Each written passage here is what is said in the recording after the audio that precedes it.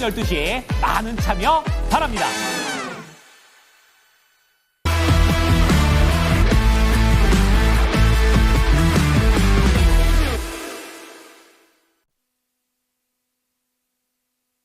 네, 이슈 딥다이브 함께 하시죠. 위즈웨이브의 이관희 대표, 퍼스트프라임 리서치 손여루 팀장 두 분과 함께 하겠습니다. 어서 오십시오. 예, 안녕하세요. 네, 먼저 첫 번째 주제부터 화면으로 공개하고 출발하겠습니다.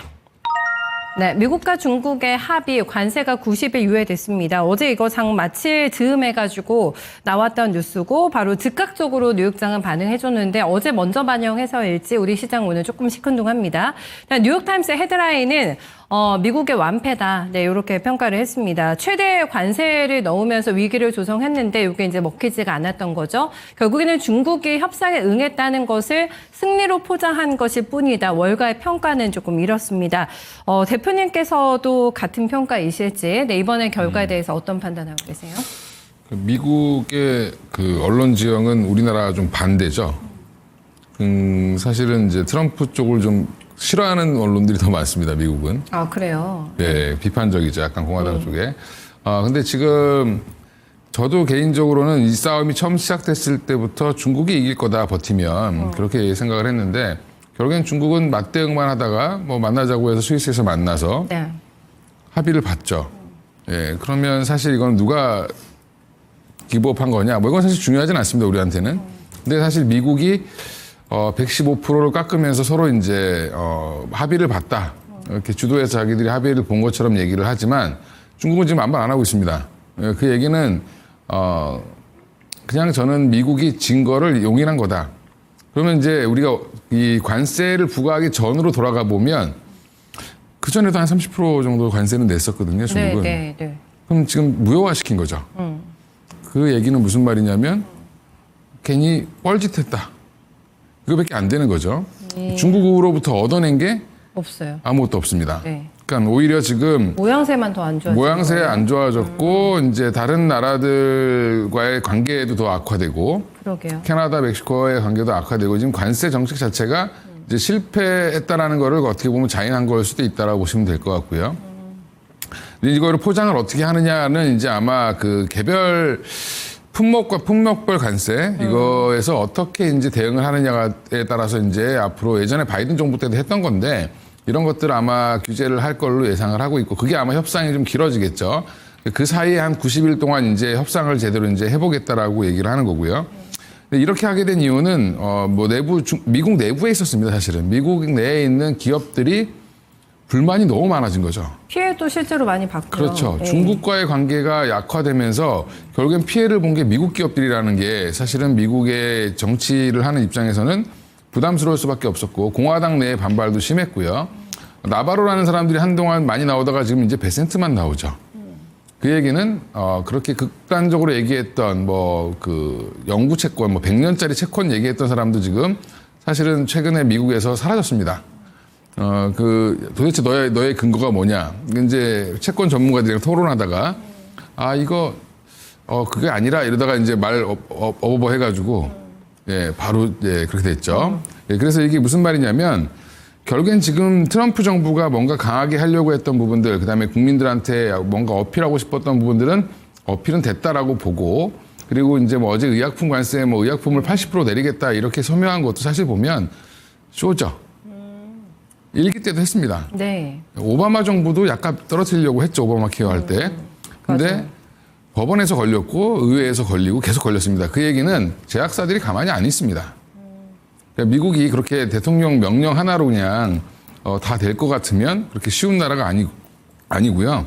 한간에 이런 얘기도 있죠. 대통령으로서의 역할이 우리나라보다 힘이 없는 게 미국 대통령이다. 연방이잖아요. 그러니까 주정부별로 또 따로 또 움직이는 게 있기 때문에 이런 부분들은 여전히 좀 앞으로 좀 보셔야 될 것 같고, 그럼 이제 중요한 거는 투자 관점에서 봤을 때, 이제는 화해 무드로 갈 수밖에 없다라는 걸로 전제를 하고 보시면 시장이 환호하는 겁니다. 미국 시장도 환호를 했고, 네. 그 다음에 특히 이제 많이 빠졌던 M7이 제일 많이 올랐죠. 그 얘기는 결국엔 그런 종목들이 피해를 볼 거라고 생각했는데, 생각보다 이제 아니겠구나 하고 이제 반등이 나오는 거고, 또 하나가 이제 반도체 관련돼서는 규제 가이드라인이 어떻게 되느냐. 중국이 이제 반도체를 어디까지 장비를 갖다 쓸 수 있느냐, 뭐 그다음에 AI 칩은 어디까지 허용을 해줄 거냐 이런 구체적인 거는 앞으로 더 협상을 아마 할 가능성이 높고요. 네. 또 하나가 이제 다른 국가들 이제 관련돼서 이게 가이드라인이 정해졌기 때문에 향후에 우리나라와 이제 협상을 하든 뭐 영국과 협상을 하든 영국과의 협상도 일부 했죠. 그 외 국가들과 협상을 하는 것들 보면 이제 고자세로 나가기는 좀 어려운 상황이 될 가능성이 높다. 네, 그러면 다른 나라들이 지금 중국이 저렇게 했는데 숙이면서 들어갈 일은 없겠죠. 예, 그래서 지금 어느 정도 이제 관세 관련된 이슈는 마무리 국면에 들어갔는데 이거를 좀 포장을 좀 아마 좀 미국이 멋지게 하려고 좀 애를 쓸 거다. 그 과정에서 약간 잡음은 좀 나올 수 있다라고 보고 있습니다. 네. 근데 90일간의 시간 벌기라고 해야 될까요? 네, 요 사이에 이제 갈등 해결에 이제 더 진행이 될 텐데, 이제 대화가 진행이 될 텐데, 그러면은 결국에는 트럼프가 얻고자 하는 게 뭘까요? 미국, 중국 시장 진입을 조금 더 확대하는 거? 유리하게? 지금은 얻고자 하는 게 아니라 사실은 관세를 통해서 미국의 연방의 부채를 좀 없애고자 했는데, 네. 그게 사실은 실패했다라고 보시는 게 맞고요. 그러면 이제 다른 방법을 지금 고안을 할 텐데 아마 어쩔 수 없이 아마 법인세라든지 이런 세금을 좀 일부 올려야 되지 않을까 생각을 하는데 그게 이제 언제 할지는 좀 지켜봐야 될 것 같고요. 보편관세 10%는 아마 그대로 놔둘 겁니다. 그건 아마 자존심일 거예요. 조정 안 하고. 그렇죠. 조정 안 하고 10%는 아마 전 세계에 다 부과를 똑같이 할 텐데. 최소 금액이니까. 네. 그렇죠. 네. 예, 근데 그거 가지고 사실 연방 재정이 이렇게 좋아지진 않거든요. 그 얘기는 10% 정도는 환율로도 언제든지 커버를 할 수 있기 때문에 네네. 다른 나라 국가들도 뭐 그닥 그렇게 그냥 그런가 보다 모두가 똑같이 10%를 맞으면 의미가 없는 거죠. 예, 경쟁력은 어차피 똑같은 거니까. 그래서 지금 오히려 그거는 미국의 물가를 약간 일부 상승시키는 요인 정도가 되지 않을까 생각하고 있습니다. 네. 알겠습니다. 일단은 그렇게 또 판단을 해주고 계신데 팀장님의 의견도 여쭤볼게요. 네, 중국이 이겼습니까? 이번에 미국이 이겼다고 보세요? 네, 양측의 승 어느 쪽으로 보세요? 저는 중국이 이겼다고 보는 게 맞을 것 중국이 같습니다. 이겼다고? 일단은 해외 언론사에서도 그렇게 평가를 했었고 네. 대표님께서도 평가를 했었는데 저는 물론 대표님보다 경력이 좀 짧기 때문에 이 미국이라든가 우리나라의 어떤 언론이 어떤 식으로 배치가 돼 있다 이런 것들은 잘 모릅니다. 근데 방향성은 봐요. 그래서 약간 우호적인 게 늘어난다 아니면 그 좀 부정적인 게 늘어난다 이 정도는 체크를 하거든요. 근데 말 그대로 이제 트럼프 대통령 같은 경우도 당선 당시만 해도 전폭적인 지지를 갖고 있었기 때문에 굉장히 저 언론이 트럼프 대통령을 향해서 우호적이었다 이렇게 평가를 했습니다. 근데 꾸준하게 트럼프 대통령이 당선해서 취임해서 나오는 정책이 다소 미국한테는 유리하게 하더라도 그 글로벌 정세에서는 좀 부정적으로 하다 보니까 지지율이 떨어지고 있다는 것들은 파악을 하고 있었어요. 그다음에 이번에 관세 같은 경우도 보통 20에서 30% 사이로 서로 주고받다가 뭐 110%, 120%, 145%까지 관세를 부과하게 한 다음에 그 둘이 스위스에서 만났을 때 전 딱 가운데를 찔렀습니다. 원래 30에서 120, 140이면은 90에서 110이 늘었으면은 55%를 기준으로 해서 75나 80% 이상으로 관세를 미국이 받아냈으면은 미국이 이긴 거다라고 이야기를 하려고 했었는데 결과 나왔죠. 이제 25%, 35%에서 미국은 중국에다 30%, 중국은 미국에다 10% 이러면은 70%가 안 되기 때문에 이제 미국이 중국한테 졌다라고 보는 게 맞다라고 판단합니다. 그 다음에 이제 이 관세, 트럼프 대통령 이익이 관세에 나올 수 있는 모든 이슈에 한 66%, 75%는 확정이 됐다라고 보고 있고, 나머지 25%는 90일 뒤, 혹은 미국과 중국 외 다른 뭐 캐나다라든가 유럽이나 이런 나라나 대륙과의 관세 이익이 마무리되고, 이제 트럼프 대통령이 완전히 이제 미국 정치에만 관심을 두게 됐을 때는 관세 관련 리스크는 상당히 없다라고 사라질 것이다 그렇게 보고 있습니다. 근데 이제 수급 동향이 상당히 바뀌고 있더라고요. 그동안 관세 관련해서 이야기 나올 때는 외국인과 기관이 시큰둥한 모습이었지만 스위스에서 미국과 중국의 정상이 만난다는 뉴스가 금요일 나왔을 때 금요일과 월요일에 이제 좀 빠른 성장주들은 목요일부터 반응을 하더라고요. 그래서 뒤에서 말씀드리려고 하는 로봇주가 이제 목요일부터 움직였고, 그 다음에 금요일날 반도체 움직였고, 이제 월요일 정규장 마감 직전에 이제 숫자까지 정해지니까 뭐 삼성전자 필두에서 반도체 관련 종목들 강세 보여줬다가 오늘은 단기적인 차익실현 나오는 모습입니다. 근데 제가 하나 아쉬운 거는 외국인이 국내에 매수를 적극적으로 안 해요. 외국인이 매수를 하고 있는 것은 그동안 낙폭이 과대했던 섹터들, 뭐 제약바이오 아니고 뭐 2차 전지라든가 아니면 반도체 장비 쪽들, 그다음에 뭐 로봇주들 이런 쪽을 매수를 하고 있으니까 일단은 제가 매수에 대한 이야기를 드리되 외국인과 기관의 수급이 들어오고 있는 낙폭 과대주 위주로, 그다음에 단기적인 변동성을 선호하지 않으신 분들은 실적까지 갖춘 종목들 위주로 보시는 게 좋을 것 같다. 그렇게 좀 말씀을 드리도록 하겠습니다. 네, 그렇게 전략까지 함께 연결시켜 주셨는데 그러면은 시장이 조금 한결 차분해졌기 때문에 외국인들이 더 사주면서 대형주를 바라봐도 될까? 이제 그게 포인트가 될 것 같거든요. 네, 두 분의 종목을 확인하겠습니다. 네, 이원희 대표의 종목은 SK하이닉스로 가는군요. 그리고 저희 팀장님의 종목 보시겠습니다. 현대차, 대형주가 등판하네요. 네, 하이닉스가 3전보다 낫습니까, 대표님? 일단 뭐 회사는 삼전보다 훨씬 낫죠. 지금 여파상 상황도 좋고, 삼성전자는 지금 HBM 얘기는 쏙 들어갔죠. 그 얘기는 무슨 말이냐면 HBM 지금 가망성 없다. HBM4 얘기 뭐 얘기 한참 하다가 네. 요즘에 아예 언급도 안 하고 있습니다. 그 얘기는 벌써 지금 SK하이닉스 같은 경우는 HBM4 폴 테스트가 지금 진행되고 있는데 삼성은 지금 뭐 그걸 보냈다는 얘기도 지금 안 나오고 있죠. 그래서 그 얘기는 HBM 시장에 진입하는 거는 여전히 엔비디아 쪽으로 가는 거는 좀 실패한 모습을 좀 보이고 있고 오히려 이제 중국 경기가 살아나면 반도체 수요가 급증하겠죠. 네. 중국과 미국이 싸움이 중단되면 중국의 가전 사업이 좋다. 그러면 이제 뭐 지금의 뭐 창신 메모리라든지 이런 쪽에서 만든 거가 있으니까 뭐 삼성 거 안 팔리지 않을까 이렇게 생각하시는데 중국 반도체 업체들이 만드는 물량이 그렇게 많지 않습니다. 그 얘기는 아직까지 엄청난 물량의 크기는 삼성이 지고 있다라고 보시면 될 것 같고요. 하이닉스도 마찬가지고 그래서 지금 삼성전자는 레거시 쪽이 좋아져야 되는 레거시의 회복에 대한 기대감이 남아 있다라고 보시면 되고 여전히 이제 AI 관련돼서는 SK하이닉스가 거의 독주를 하고 있는 거는 사실입니다. 근데 지금 최근에 주가가 조정 나오면서 PBR 이제 2배 밑으로 빠졌거든요. 네. 근데 실적이 항상 지금 최고로 나오고 있는 하이닉스 입장에서는 PBR 한 2.5배까지는 줘도 전혀 상관이 없다라고 보면 지금 자리는 아직도 매력적인 20만 원 미치면 매력적인 가격이다라고 보고 있고요. 그리고 제가 이거를 탑픽으로 정한 이유가 결국에는 지금 엔비디아가 항상 발목을 잡으면서 SK하이닉스를 눌렀는데 엔비디아도 뭔가 돌파구를 찾을 것 같은 느낌이 들겠죠. 그래요? 예. 뭐 중국과의 아까 이제 반도체 관련된 얘기는 또 다시 한번 해보겠지만 네. 지금 HBM이 아닌 그러니까 엔비디아 입장에서도 중국으로 가려고 하는 뭔가 이제 새로운 제품을 만들려고 하는데 물론 그게 LPDDR이 들어간다 이런 얘기도 있습니다만 여전히 그쪽도 SK하이닉스가 지금 제일 잘합니다. 이제 희한하죠. 지금 모든 제품이 지금 삼성전자가 하이닉스보다 한 단계 밑에 있어요. 한 단계 밑에 있기 때문에 하이닉스 입장에서는 이래도 좋고 저래도 좋은 그런 상황이다라고 보시면 될 것 같고요. 지금 청주에 HBM 라인 더 늘리는 것 때문에 뭐 장비도 더 구입해야 되고 지금 굉장히 한마디로 못 만들어서 못 파는 형태이기 때문에 SK하이닉스 이제 실적 뭐 2분기, 3분기 가면서 계속 실적은 좀 더 우려 안 하고 좋아진다라고 하면 업사이드는 충분히 이루어질 것 같다. 그래서 만약에 이게 21만 원 넘어가면 또 사기 또 부담스럽거든요. 그러니까 지금 정도 자리는 한번 다시 도전해봐도 괜찮은 자리다라고 보고 있습니다. 20만 원 왔다 갔다 할 때 한 번 그 20만 원 안착 실패했잖아요. 3월 말에. 네. 그리고 지금 또 도전하거든요. 안착 가능성 보시니까 주시는 것 같은데 목표가 잡아주세요. 목표가는 이제 단기적으로는 22만 원 정도까지만 보시면 되고요. 한 10% 정도 보시고 들어가시면 되고 좀 중기로 보시는 분들은 한 24만 원까지도 가능하다. 예, 말씀드리겠습니다. 네.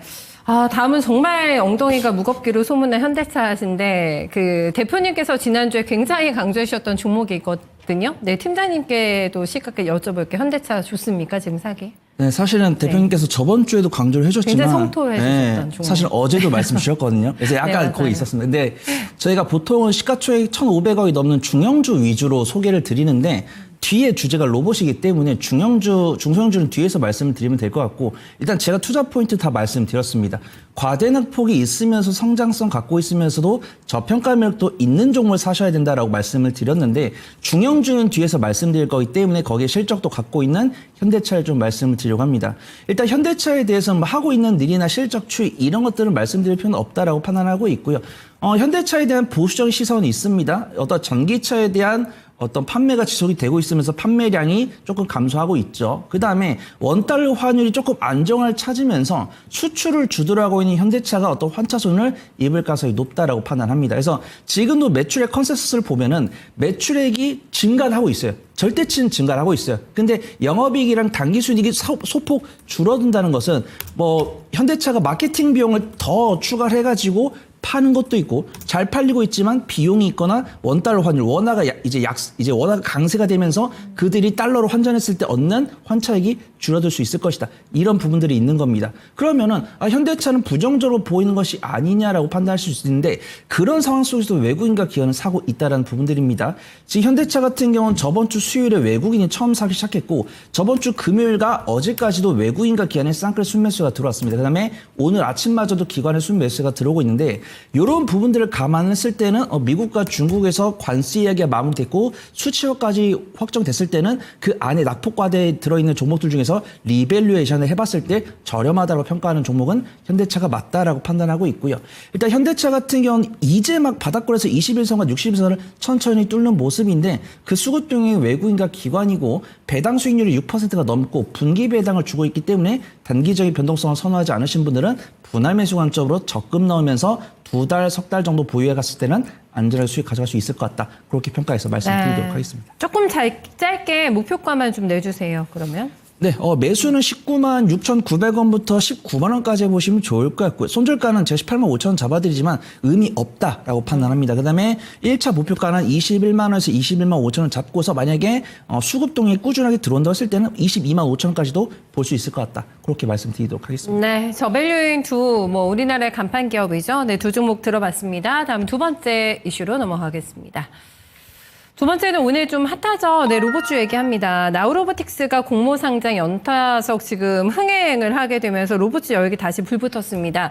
덩치가 아니라 근데 시세에 있어서 대장은 누가 될까 종목 고민이 참 많이 되시는 섹터이실 것 같아요, 대표님. 로봇주는 이제 선택이 아닌 필수라고 봐야 될까요?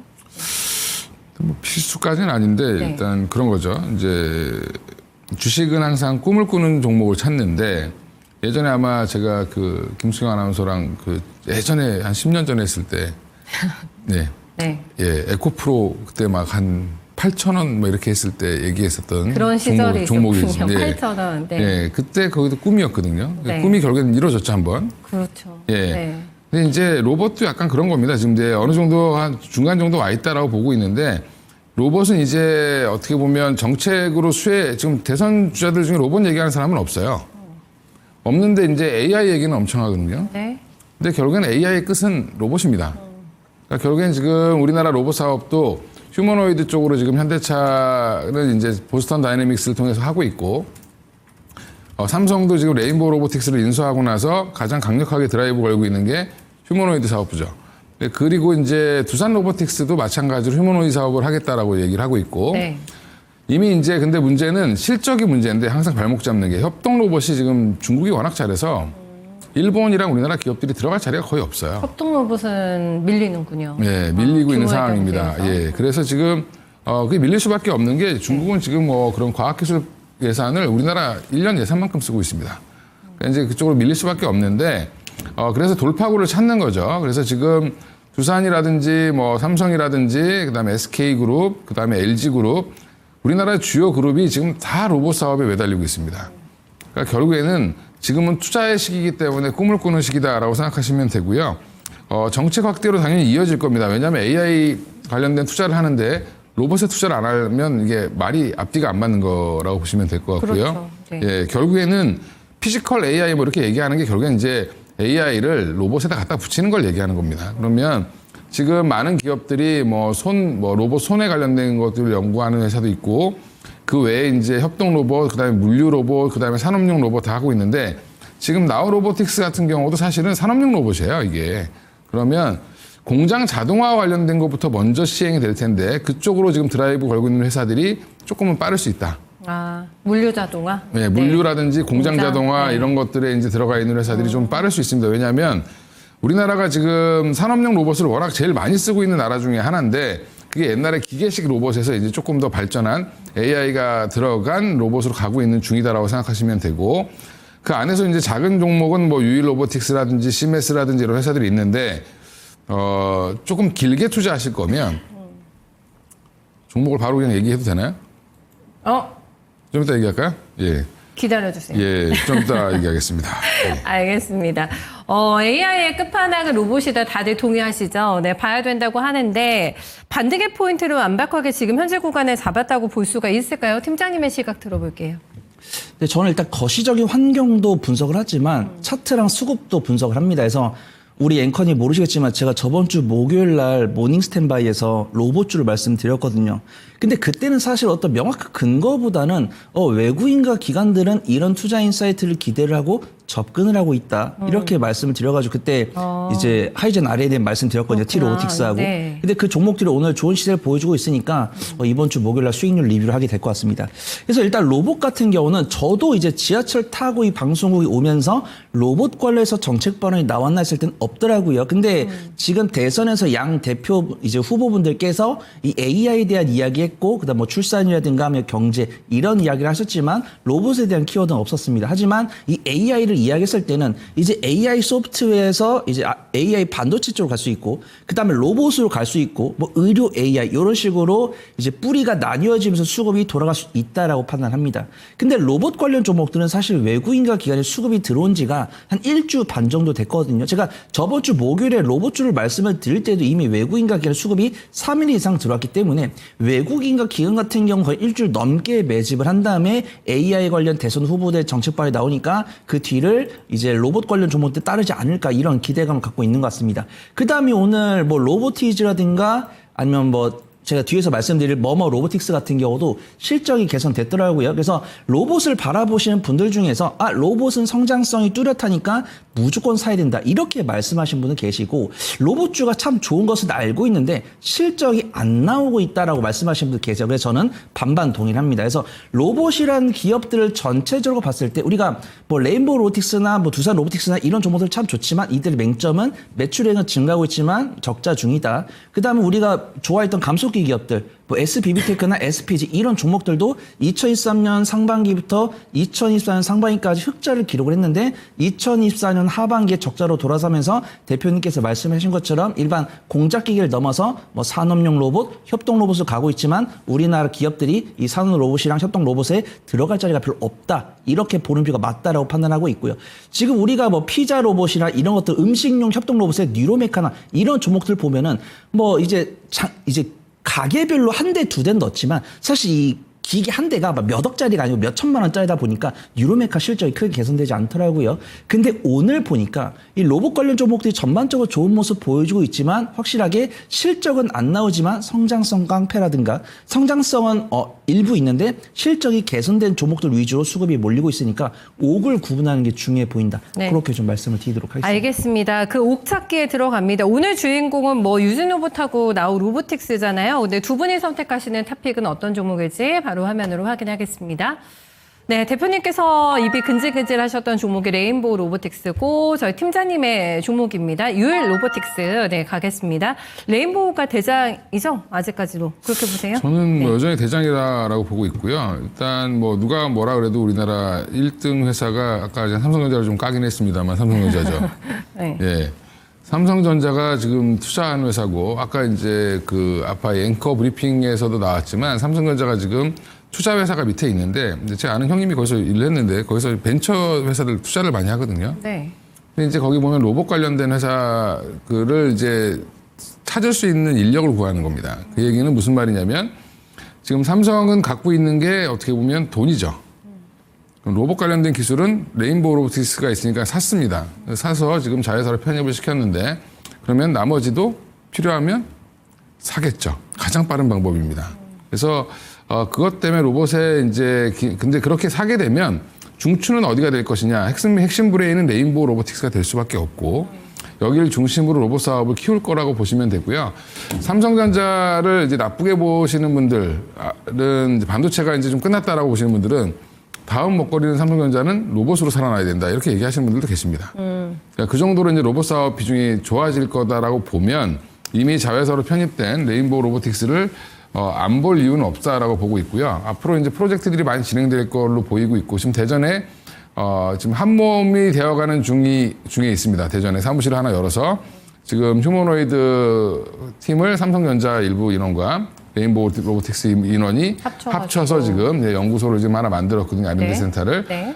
이런 것들이 이제 앞으로 결과가 나오고 그다음에 M&A까지 퍼진다라고 하면 좀 더 좋아지지 않을까 생각하고 있습니다. 네, 가격 빨리 들어볼게요. 그러면. 뭐 가격은 정고점까지 보시고 가셔도 될 것 같습니다. 40만 원까지 보시고 가셔도 지금 자리에서는 언제든지 올라갈 수 있다. 이 로봇주들이 좋은 건 올라갈 때도 가볍게 올라가고 떨어질 때도 가볍게 떨어지죠. 좋은 걸 수도 있고 나쁜 네, 걸 수도 그렇습니다. 있지만 네. 어쨌든 베타가 정고점 좀 도전 봐주셨고 UL 로보틱스 포인트하고 가격 전략 조금 간략하게 부탁드릴게요, 팀장님. 네, 투자 포인트를 앞에서 다 말씀드렸습니다. 이제 대표님께서 삼성 말씀해 주셨고, UL 로보틱스 SK 쪽입니다. 현대는 이제 현대 무벡스고, 그다음에 LG 같은 경우 로보티즈랑 이제 엔젤 로보틱스죠. 그래서 우리가 보면은 로봇 관련 종목들을 보면은 아직 그 산업 로봇이나 협동 로봇 쪽은 실적이 나오고 있고 휴머노이드 쪽은 실적이 안 나오고 있습니다. 그래서 지금 로보티즈를 제외하고 이번 분기에 실적이 개선된 종목은 UL 로보틱스다 그렇게 보고 있고요. UL 로보틱스 같은 경우는 작년에 SK가 최대 주주 변경을 동반하는 콜옵션을 체결했기 때문에 삼성한테 레인보우가 있다고 한다면 SK한테는 UL 로보틱스 있다라고 보고 있고요.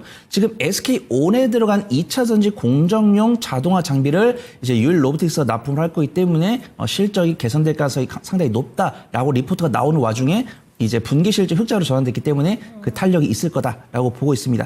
일단 오늘 양봉은 나와주고 있는데 외국인이 일부 단기 차익 나와주고 있어요. 그래도 최근에 외국인과 기관의 매도 물량보다 매수 물량이 많기 때문에 저점 지지할 가능성이 높아 보인다라고 판단해 보도록 하겠습니다. 현재가부터 분할 매수 하셔가지고 손절가는 마이너스 6% 아니면 61선 구간 잡으셔도 좋을 것 같고 1차 목표가는 플러스 9%를 플러스 10% 구간 잡고 단기 수익 관점으로 지켜보시면 좋을 것 같습니다. 네, 알겠습니다. 두 분 오늘 수고 많으셨습니다. 네, 오늘 시장에 신고가 많이 나네요. 네, 46개 종목의 신고가 찍고 있습니다. 지수는 조금 섭섭할 수가 있겠는데 종목은 그게 아니거든요. 네, 종목 순환에 빠르게 돌아가고 있습니다. 어떻게 이 리듬을 타야 될지를 자세하게 알려주신다고 하는데요. 네, 거인의 시선 김형일 전문가 만나보시죠.